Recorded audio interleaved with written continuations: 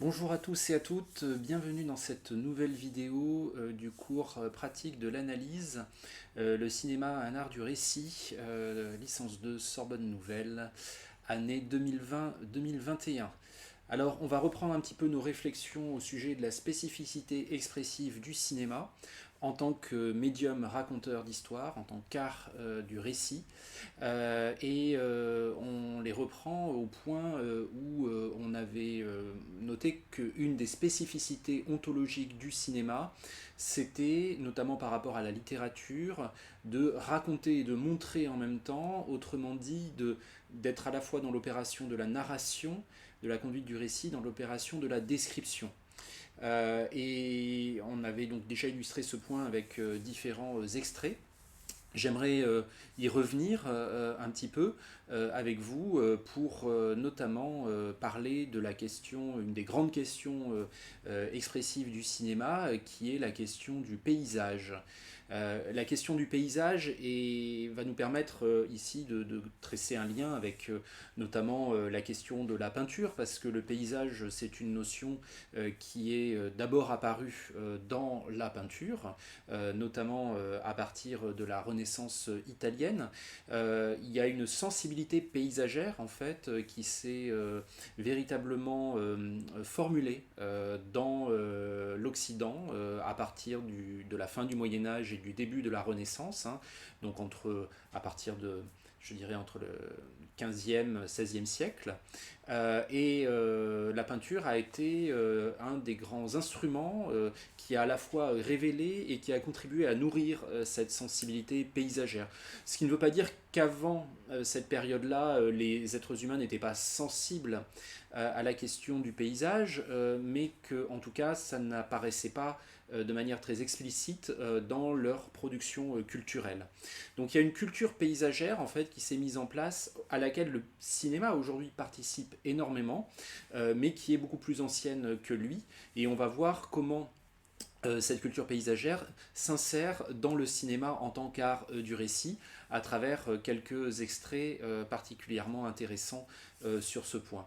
Il faut bien noter qu'une chose, c'est qu'est-ce que c'est qu'un paysage en l'occurrence. C'est une portion de territoire, une portion d'espace terrestre que l'on a artialisé, que l'on a mis sous l'égide d'un regard artistique ou en tout cas d'un regard esthétique, c'est-à-dire qu'on reconnaît dans cette portion d'espace terrestre quelque chose qui est vecteur d'un plaisir esthétique, d'un plaisir lié à la contemplation, d'un plaisir ou d'un intérêt, parce que les paysages peuvent être jolis ou beaux ou magnifiques selon les critères, je dirais, les plus communs, hein, comme le coucher de soleil sur la mer par exemple, mais on peut aussi prendre du plaisir et de l'intérêt à observer des paysages comme par exemple les paysages de friches industrielles, des paysages de terrains vagues, des paysages de désert tout plat sans absolument rien à l'horizon. Il peut y avoir aussi une sensibilité esthétique qui peut s'accorder à ce type de paysage-là. Et en l'occurrence, on peut même dire que le cinéma contribue aussi à nourrir cette sensibilité pour des portions d'espace terrestre qui, a priori, ne relèvent pas, je dirais, de l'esthétique de la carte postale.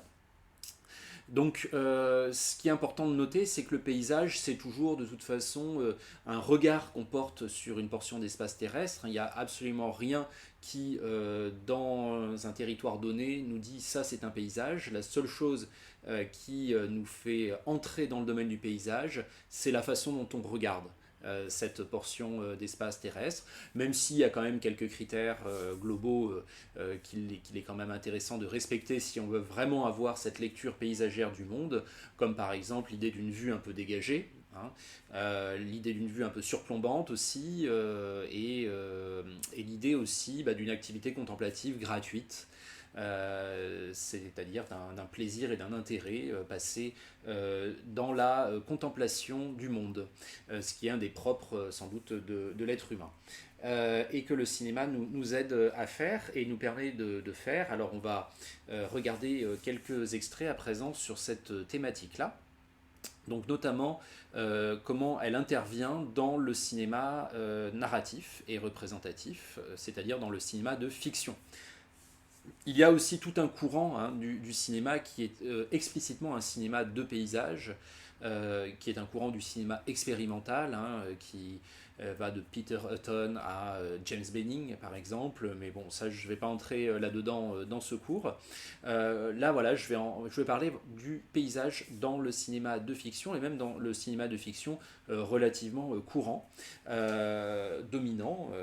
Donc, on va commencer par un film qui s'appelle Le médecin de campagne, The Country Doctor de D.W. Griffiths.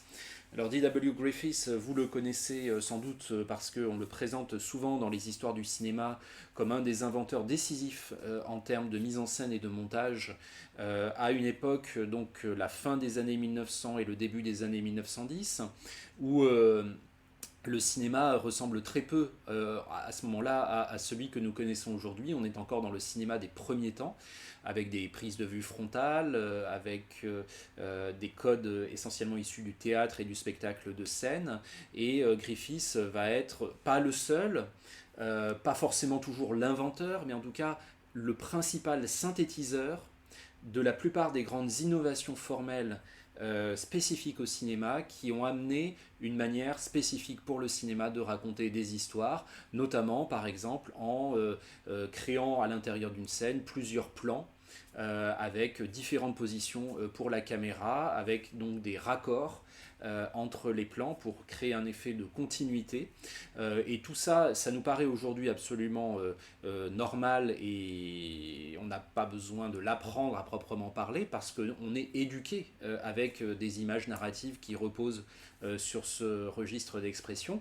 Mais à l'époque, au début du XXe siècle, eh bien, c'était un moyen d'expression totalement nouveau et il a fallu vraiment habituer les spectateurs à ces différentes innovations. Il a fallu que l'habitude culturelle prenne au fil des ans et Griffiths a été un des principaux instigateurs de cette évolution qui s'est concrétisée notamment à l'intérieur de certains longs métrages comme Naissance d'une nation en 1915 ou Intolérance en 1916. Mais globalement, la plupart des grandes recherches et des grandes innovations de D.W. Griffiths, elles ont eu lieu entre 1908 et 1914 dans des films qu'aujourd'hui on appellerait des courts ou des moyens métrages, qui sont en fait des une ou des deux bobines. Hein. Une bobine, c'était à l'époque 15 minutes de film, donc on est soit avec des films de 15 minutes, soit avec des films de 30 minutes. Et à cette époque-là, c'était une durée relativement standard pour un film. Donc l'appellation court métrage ou moyen métrage, ici, si on l'emploie, est rétrospective. Il faut bien prendre ça en compte. Et donc on est en 1909, hein, encore dans un état globalement assez primitif du mode d'expression cinématographique, et D.W. Griffiths donc filme une bobine qui s'appelle The Country Doctor, le médecin de campagne. Et donc à partir de maintenant, je vais enlever mon image pour vous montrer comment ce film s'ouvre et se clôt.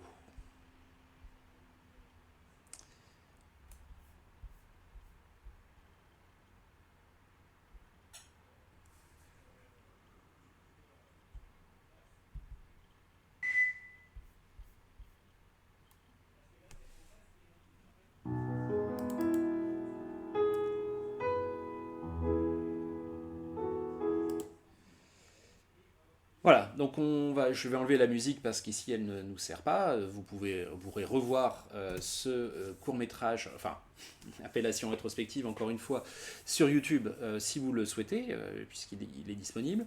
Le film ouvre avec ce carton qui nous dit La vallée paisible de Stillwater.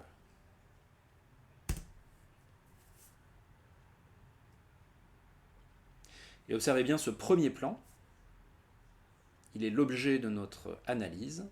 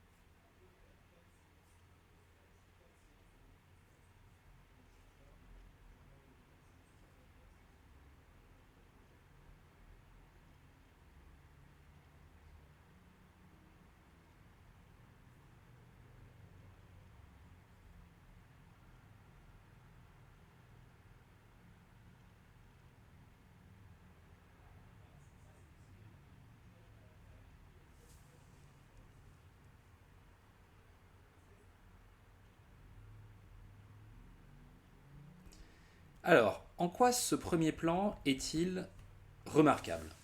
Eh bien, tout simplement, il constitue un des premiers exemples connus. Après, il faut être prudent, évidemment, quand on parle du cinéma des premiers temps, parce qu'on a perdu 70 ou 80% des films au moins, et on ne les retrouvera jamais, hein. Mais globalement, aujourd'hui, c'est un des seuls exemples connus que l'on ait dans un film qui est explicitement un film de fiction, hein. On n'est pas dans une vue lumière, d'un plan dont le sujet principal est indépendant des personnages et de l'action du film. C'est-à-dire un plan qui est consacré à la contemplation d'un paysage, celui qu'on a sous les yeux ici, qui renvoie dans sa composition bucolique au paysage de l'école anglaise de la peinture du 19e siècle, donc avec notamment une présence assez forte du végétal, un point d'eau, un côté assez idéal, hein, dans la représentation de la nature, une nature qui semble accueillante, bienfaisante, comme d'ailleurs nous l'a signalé l'intertitre que nous avons vu juste avant. Et ça ne s'arrête pas là, ce côté exceptionnel de ce plan. Il est également exceptionnel dans le sens où la caméra y opère un mouvement, autrement dit un panoramique, qui là encore est indépendant de toute présence de personnages, de toute nécessité fictionnelle. Et là, on n'est vraiment plus dans un paysage de peinture parce qu'on est dans un paysage de cinéma, parce que le cadre bouge, hein. Donc on est vraiment dans la spécificité du cinéma. Et ce que ce mouvement de caméra nous permet de saisir, c'est que juste à côté de cette vallée luxuriante, il y a toujours, avec beaucoup de végétation, une maison qui est nichée au cœur de cette nature, et à l'intérieur de cette maison, il y a les personnages que nous voyons enfin à ce moment-là. Le docteur, sa femme et sa petite fille. Et donc ce que ce plan nous dit, au-delà du plaisir de la contemplation, au-delà de sa portée descriptive, c'est qu'il nous donne déjà des informations narratives importantes, notamment le fait que ces personnages vivent au cœur d'une nature luxuriante et bienveillante et accueillante.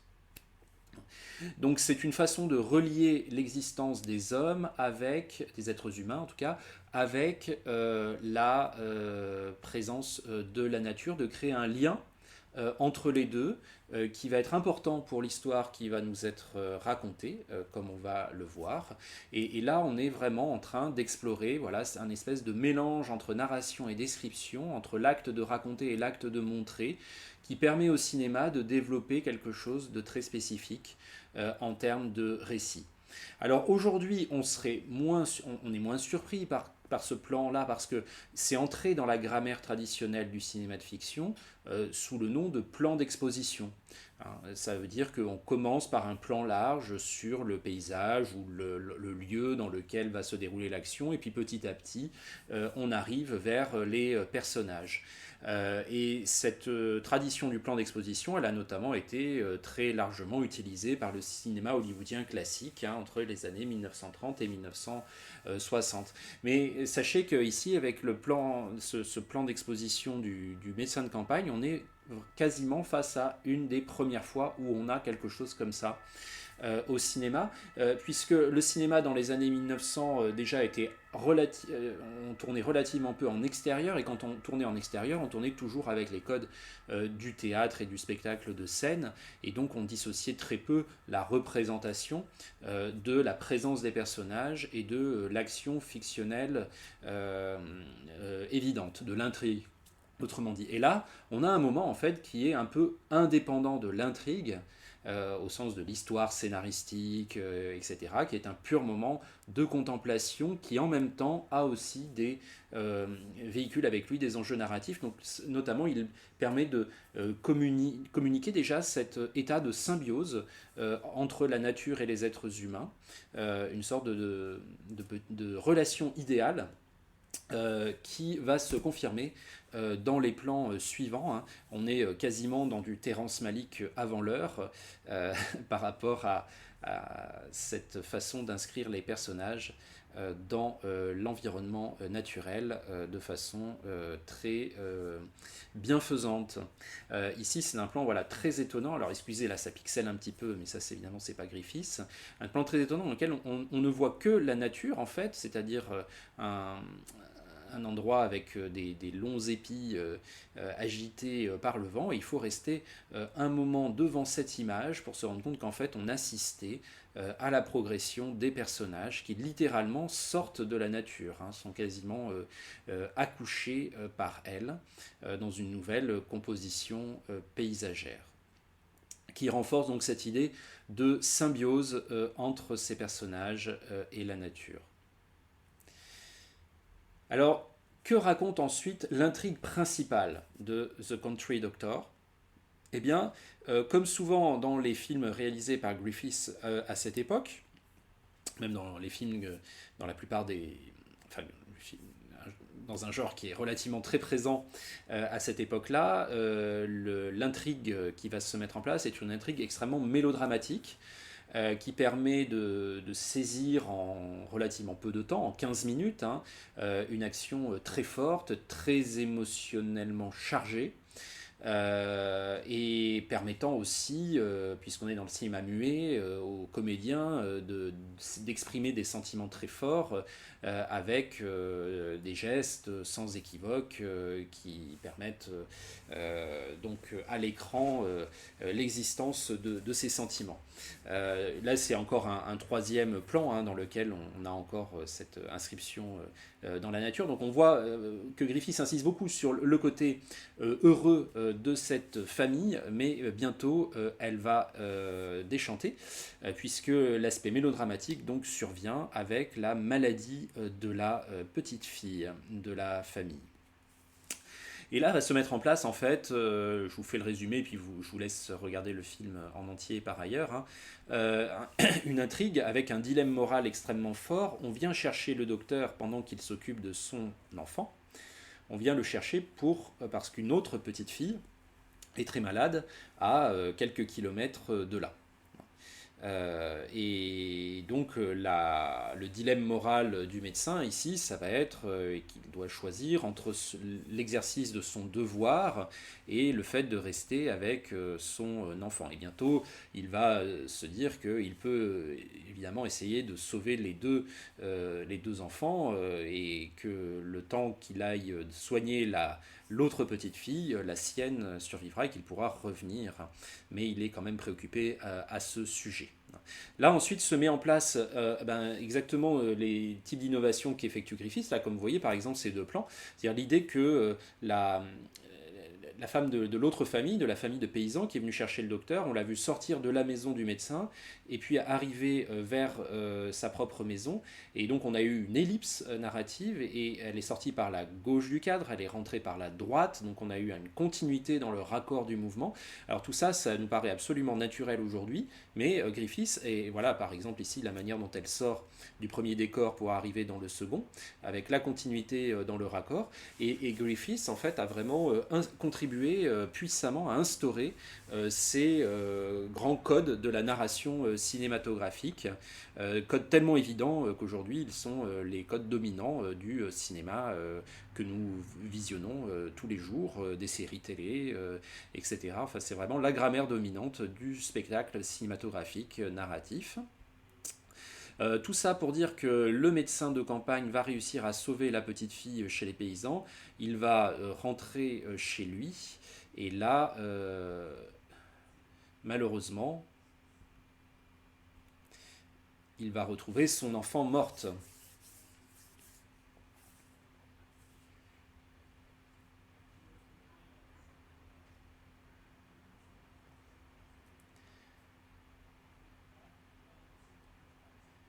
Donc on est au paroxysme hein, de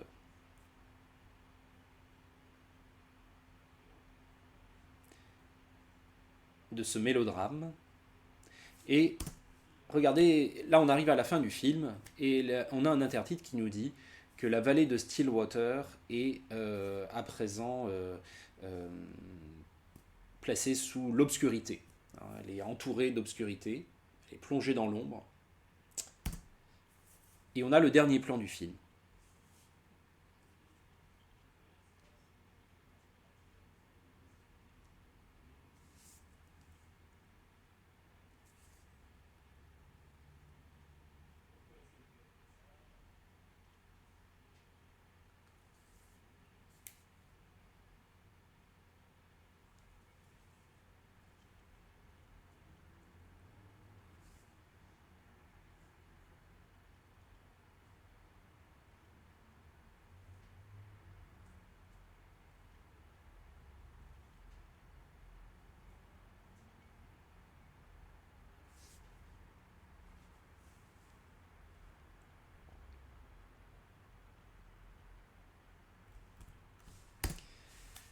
Dernier plan du film, qui est le symétrique parfait du premier.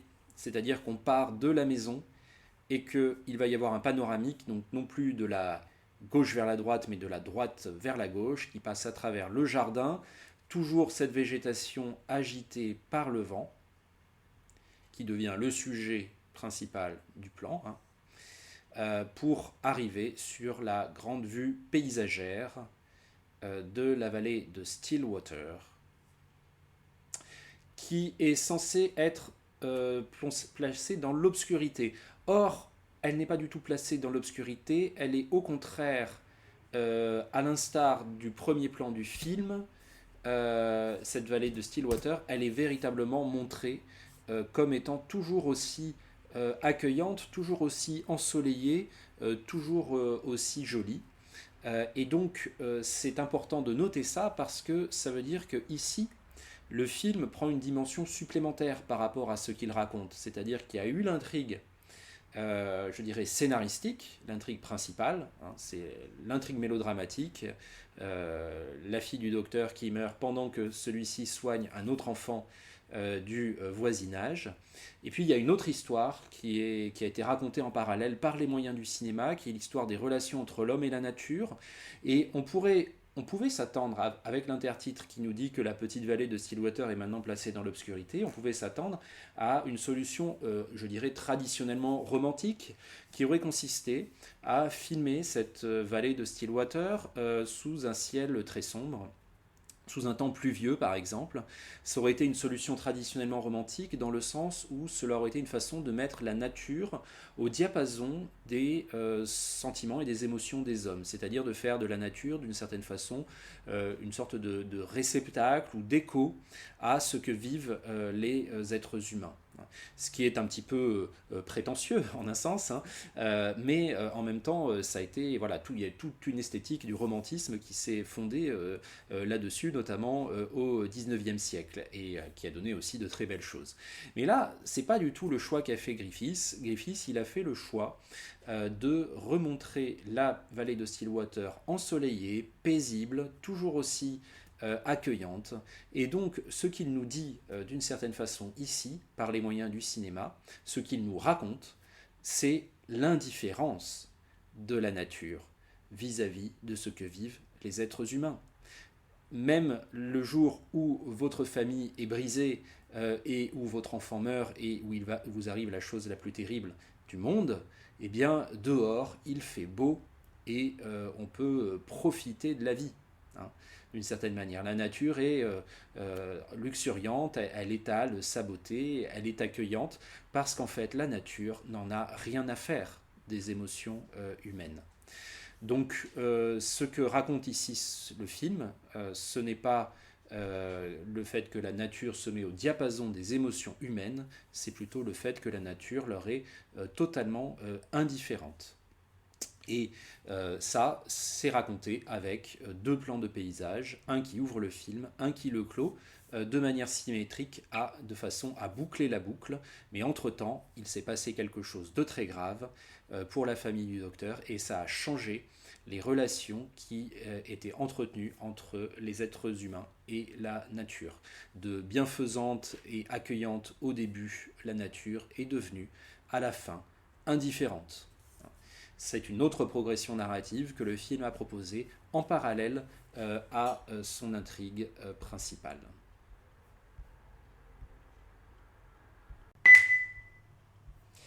On poursuit avec un film de Max Ophuls qui s'intitule Le Plaisir, qui date de 1950. C'est un film qui fait très plaisir, pardonnez-moi de le dire, parce que c'est sans doute le chef-d'œuvre de Max Ophuls. C'est une adaptation de 3 nouvelles de Maupassant, dont la deuxième, La Maison Tellier, occupe l'essentiel du long métrage. Les 2 autres nouvelles sont plus comme une forme d'ouverture et une forme de clôture du film. Et La Maison Tellier raconte l'histoire d'un groupe de femmes qui sont des prostituées, des pensionnaires d'une maison close d'une ville sur la côte normande, qui vont se déplacer à la campagne pour assister à la première communion de la nièce de l'une d'entre elles. Et donc, ce que le film va raconter, évidemment, c'est l'arrivée de cet improbable groupe de femmes extrêmement associées à la vie urbaine, autant dans leur vêture que dans leur comportement ou leur culture, à l'intérieur d'un environnement rural qui est très éloigné a priori de leur environnement de vie traditionnel. Voici le moment où ce petit groupe de femmes, donc avec la mère Maquerelle, la tenancière de la maison close, arrive à la gare de ce petit village et est amenée par le cousin de la tenancière, donc jusqu'à l'église où se célèbre la cérémonie de communion. Donc tout ça se passe évidemment pas à l'époque où le film est réalisé, mais plutôt dans la seconde moitié du 19e siècle, à l'époque à laquelle Maupassant a écrit ce récit, ce qui explique évidemment que les costumes et les objets manipulés soient d'époque, mais également que la prostitution est à ce point pignon sur rue, même si la mauvaise réputation associée à cette profession est évidemment présente et d'ailleurs constitue un des enjeux du film. Voici donc comment se déroule cette arrivée dans cet environnement campagnard vers le milieu du film.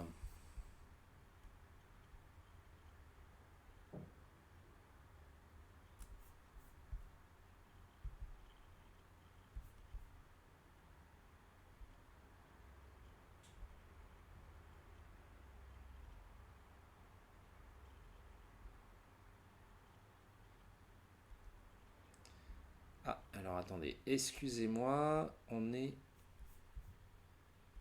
je dois avoir une autre version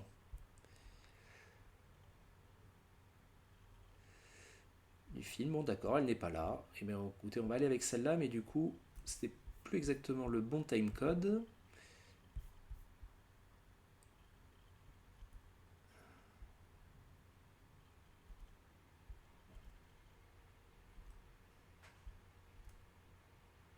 Voilà, on y va. Madame Raphaël, Marie-Fernande, qui m'a informé, pouvait monter sur l'échelle de devant, là. J'ai déjà connu tout leur nom, hein. Ah, bah j'ai pas la tête dure, moi. C'est bien là d'avoir mis des cheveux. Ah, bah vous savez, c'est que j'ai pas l'habitude d'avoir un chargement si précieux, moi. C'est plutôt des planches, qui vendent 2-3 cochons, vous savez ce que c'est? Oh là là, si on sait. Ah, mais j'ai dit ça sans malice, hein, parole d'honneur. Ah, ça y est. Bon, eh ben dis donc, Julia, Oui, tu pourrais te mettre à côté de moi? et moi? Eh ben, Mme Rosa pourrait se mettre entre nous deux. Non, pas du tout, Raphaël. Arrêtez, mettez-vous là. Et puis Madame Fernande, là, ici. Madame Flora, derrière. C'est tout équilibré, là. Madame Louise, mettez-vous en arrière. Et moi? Eh ben, Mme Rosa va se mettre là derrière moi pour rester à moi. Non, mais non, la plus légère, elle va se mettre sur les genoux de Madame Fernande. Ah ben moi je trouve que c'est pas mal organisé. Bon, ben regardons la route, tiens, ça vaudra mieux. Ah oui, mais Julien, moi je te dis que c'est pas mal organisé. Eh ben, ne touche pas, Joseph, Bon, allez, hop, hein, allez-y, hop. bon. Allez, l'applaudit.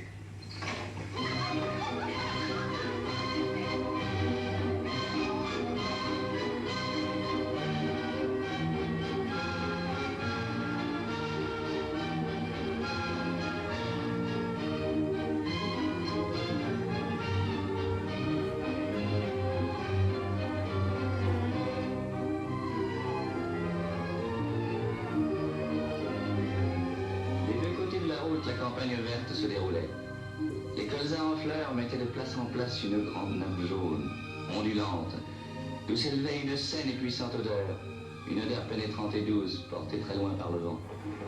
Et au milieu de ces plaines, colorées ainsi par les fleurs de la terre, la carriole, qui paraissait porter elle-même un bouquet de fleurs aux teintes plus ardentes, passait au trot du cheval blanc. Disparaissait derrière les grands arbres d'une ferme, pour reparaître au bout du feuillage et promener de nouveau à travers les récoltes jaunes et vertes, piquées de rouge et de bleu, cette éclatante charretée de femmes qui fuyaient sous le soleil.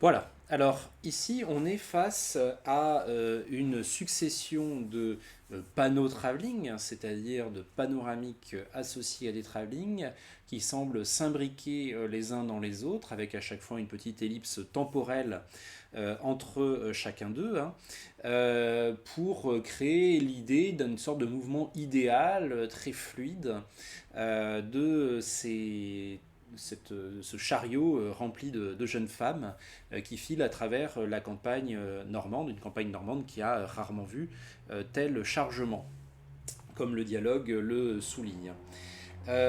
C'est une façon de rendre un peu hypertrophié, d'étendre dans le temps du film une convention du spectacle cinématographique et de la narration cinématographique qui est la mention du déplacement.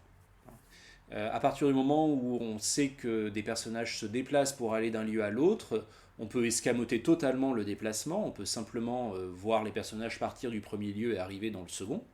Comme d'ailleurs ça a été un peu le cas dans The Country Doctor, dans les scènes où on voyait les gens faire la navette entre la maison du médecin et celle de la petite fille malade à l'extérieur. Mais on peut aussi donner à ce déplacement une part plus importante, notamment quand il est l'objet d'une contemplation paysagère.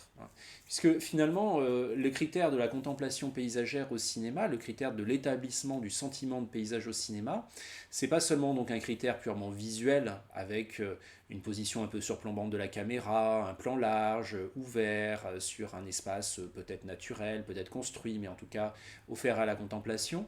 C'est aussi une question de temps.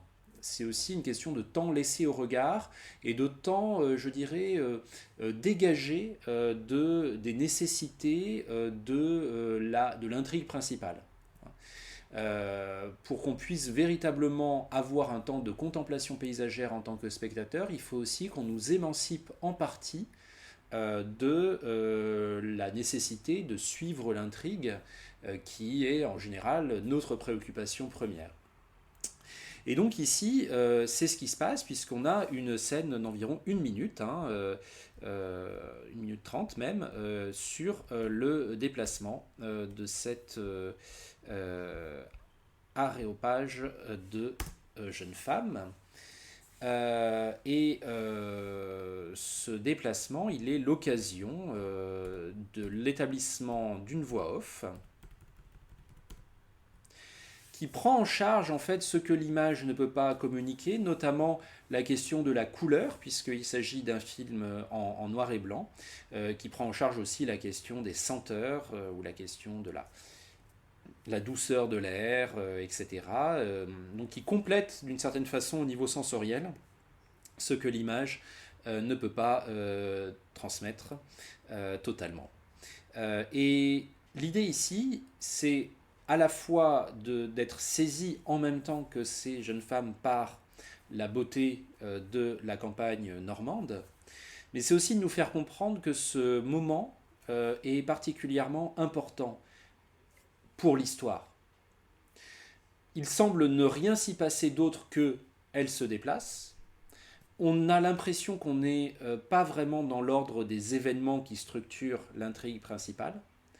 Et pourtant, là encore, comme avec The Country Doctor, ces plans paysages participent pleinement d'une histoire parallèle, si l'on peut dire, qui est une histoire plus intérieure, qui est ce qui se passe dans l'âme de ces jeunes femmes qui ne connaissent que la ville, à partir du moment où elles arrivent dans cette espèce de campagne idéale qui les saisit et qui saisit leur sens. Et c'est la raison pour laquelle, quand on arrive ici dans le village, on entend plus près de toi, mon Dieu, un chant religieux qui est aussi l'indication de l'espèce de révélation spirituelle que ce trajet en charrette a eu sur les pensionnaires de la Maison Close, sur ce groupe de jeunes femmes venues de la grande ville. Il s'est passé quelque chose en elles, en fait, qui n'est pas vraiment dissible à ce moment-là, dans les termes de l'intrigue principale, mais qui est quelque chose de souterrain. Et le fait d'avoir étendu dans le film ce déplacement, de ne pas en avoir fait une ellipse, le fait d'en avoir fait une scène à part entière, nous donne déjà l'idée de son importance qui sera confirmée par la suite du film. Alors toujours dans cette idée d'hypertrophier en fait un moment de déplacement a priori dénué d'événements par rapport à la question de l'intrigue principale, on peut également aller voir du côté du film de David Lean, Lawrence d'Arabie, en 1963. David Lean, c'est un réalisateur extrêmement intéressant, parfois un peu méconnu peut-être aujourd'hui et de manière injuste, parce que, bon, il a été un réalisateur de gros blockbusters, blockbuster étant ici un terme rétrospectif évidemment, qui n'existait pas à l'époque, voilà, dans la fin des années 50, début des années 60, notamment Le Pont de la rivière Kwai, Dr Zhivago et donc Lawrence d'Arabie. C'était à chaque fois des films qui durait entre 2h30 et 3h30. C'était de massives superproductions en décor naturel, avec un luxe en termes d'images, notamment dans Lawrence d'Arabie. Bon, là, vous ne pourrez pas vraiment en profiter sur votre écran d'ordinateur, mais voilà, sachez que c'est tourné en 70 mm, hein, donc un format très inhabituel qui est vraiment là pour en mettre plein la vue. Avec toute une ribambelle de comédiens célèbres dans les rôles principaux également. Et ces films-là ont peut-être un peu desservi par la suite David Lean parce qu'ils l'ont fait passer pour un réalisateur voilà, de grosses machines hollywoodiennes, alors que déjà ces films sont extrêmement intéressants. Lawrence d'Arabie est un vrai chef-d'œuvre.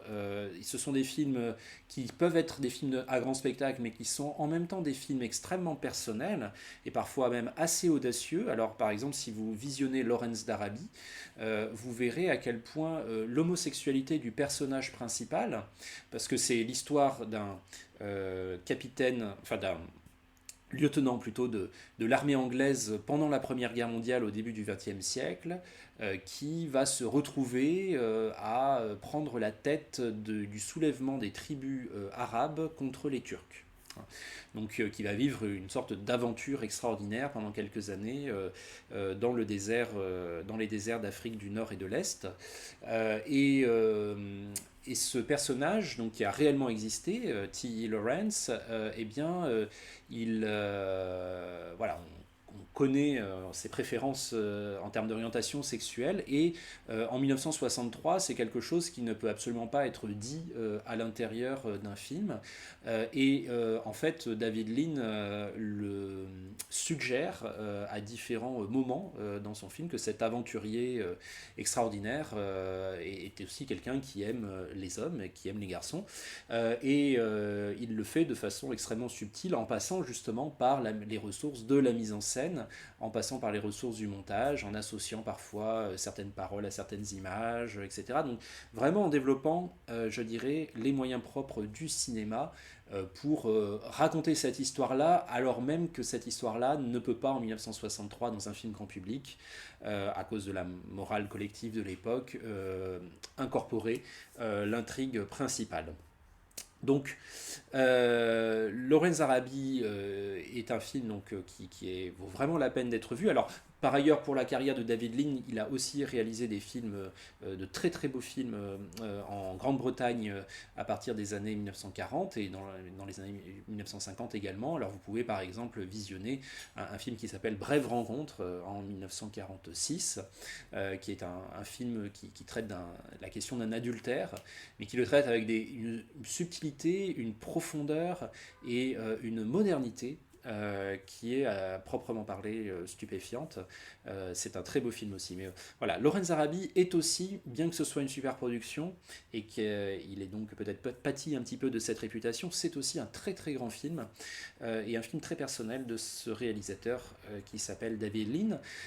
Donc ça raconte effectivement le destin exceptionnel de ce capitaine de l'armée, de ce lieutenant pardon, de l'armée anglaise, le lieutenant Lawrence, voilà, qui est envoyé pour une mission de contact avec les tribus bédouines parce que l'armée anglaise à ce moment-là voudrait s'associer avec elle pour combattre les Turcs qui eux étaient associés à l'armée allemande pendant la Première Guerre mondiale. Bon, c'est toute la géopolitique de ce conflit entre 1914 et 1918.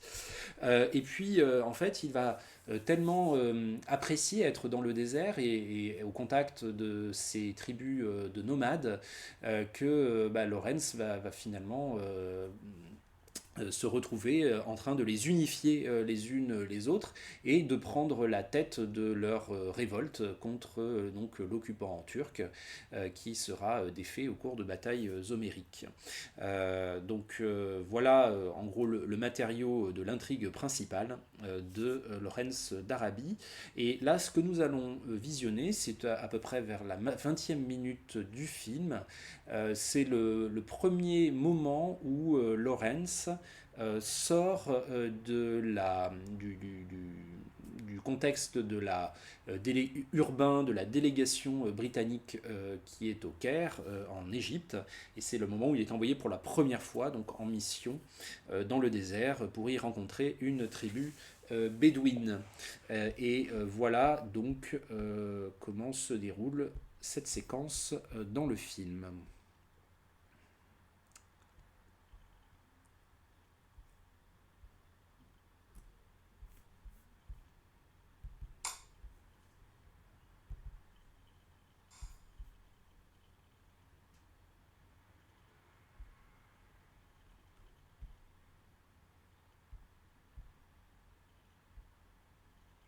Alors je vous mets la scène précédente dans laquelle Lawrence, donc on voit ici au centre de l'image, dans laquelle la mission va lui être confiée par le personnage avec la canne, incarné par Claude Rains, ici, qui incarne son supérieur hiérarchique en quelque sorte.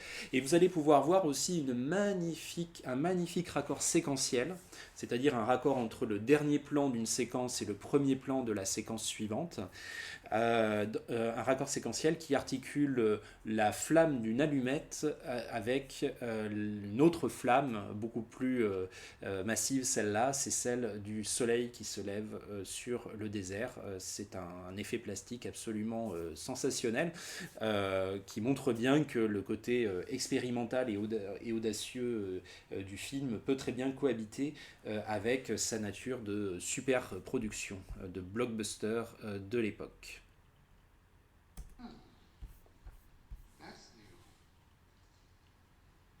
What are they now? Anywhere within 300 miles of Medina.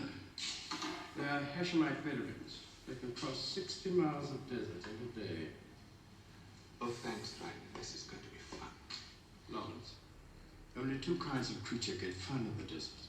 Bedouins and gods, and you're neither. Take it from me. For ordinary men, it's a burning, fiery furnace. No, Dryden. It's going to be fun.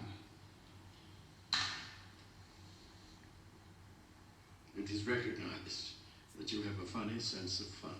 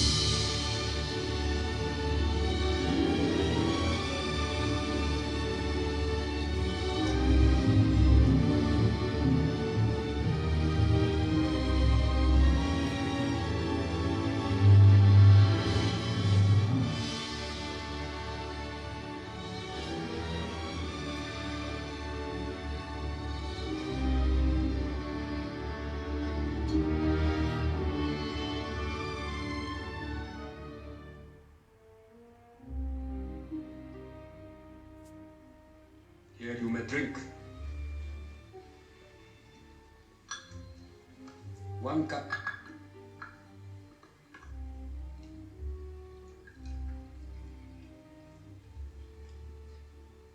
You do not drink? No. I'll drink what you do. I am Betu.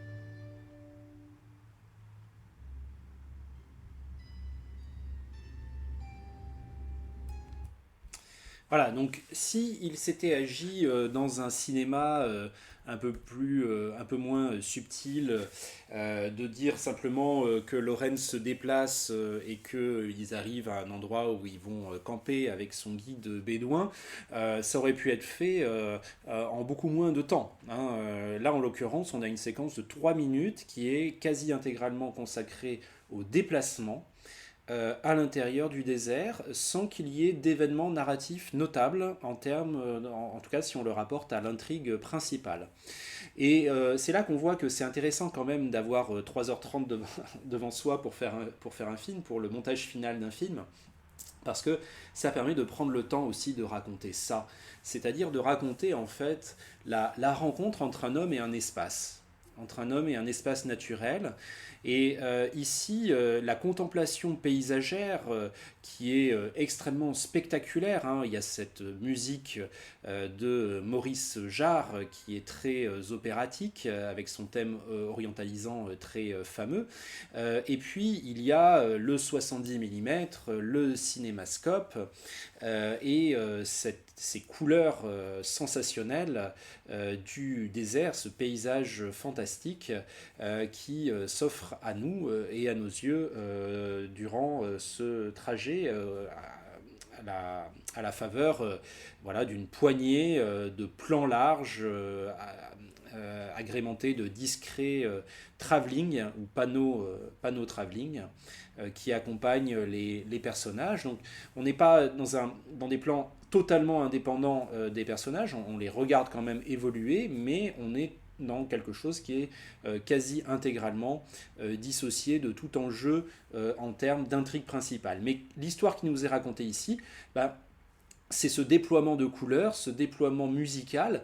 On est en train d'assister à un coup de foudre, en fait. On est en train d'assister à la façon dont un homme est complètement saisi et gagné et émerveillé par un espace dans lequel il circule. Et ce saisissement et cet émerveillement, eh bien, il est communiqué au spectateur dans le temps pendant lequel on accompagne ces personnages pendant 3 minutes, sans qu'il se passe quoi que ce soit de très notable, à part la petite scène où Lawrence refuse de boire tant que son guide bédouin ne boit pas lui-même, ce qui montre bien qu'il a envie de s'intégrer à la vie du désert et de mener la vie véritable du désert. Il n'a pas envie d'être pris pour une espèce de touriste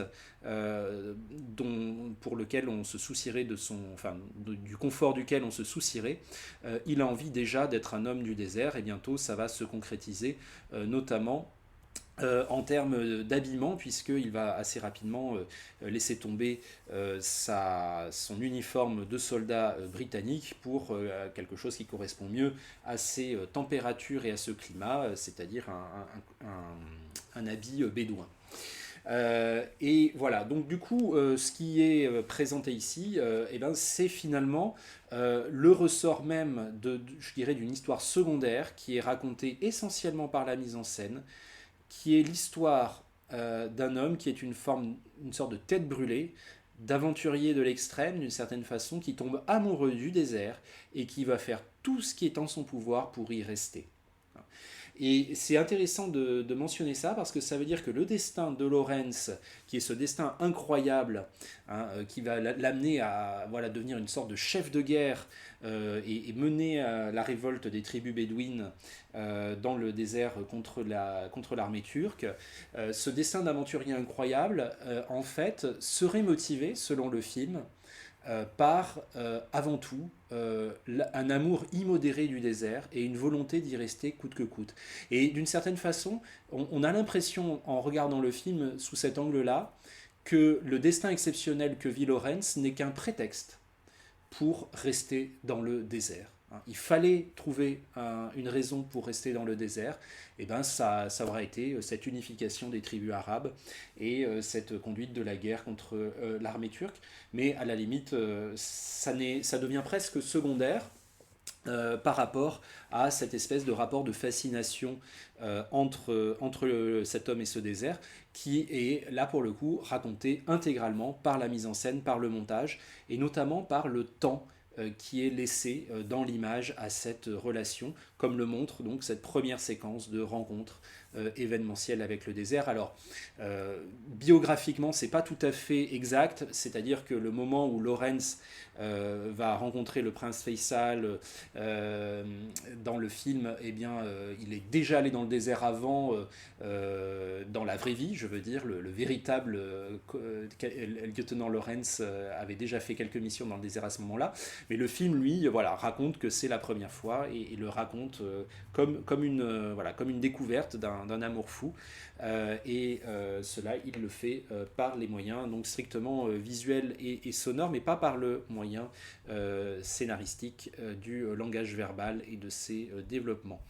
Voilà, donc trois extraits pour montrer en quelque sorte comment, à travers cette notion de paysage, se cristallisent des enjeux narratifs spécifiques au cinéma, des enjeux de récit qui renvoient à une des grandes singularités du cinéma, qui est sa propension à mélanger narration et description, ou autrement dit à raconter et à montrer en même temps. Et quand cette puissance-là du cinéma est vraiment investie par des cinéastes qui en font un enjeu central, ça donne ces moments narratifs particuliers que nous venons de voir. On va développer dans une vidéo ultérieure des questions liées au temps qui passe à l'intérieur de l'image. notamment. Et donc je vous remercie d'avoir suivi déjà cette vidéo-là et je vous donne rendez-vous très bientôt pour la suivante.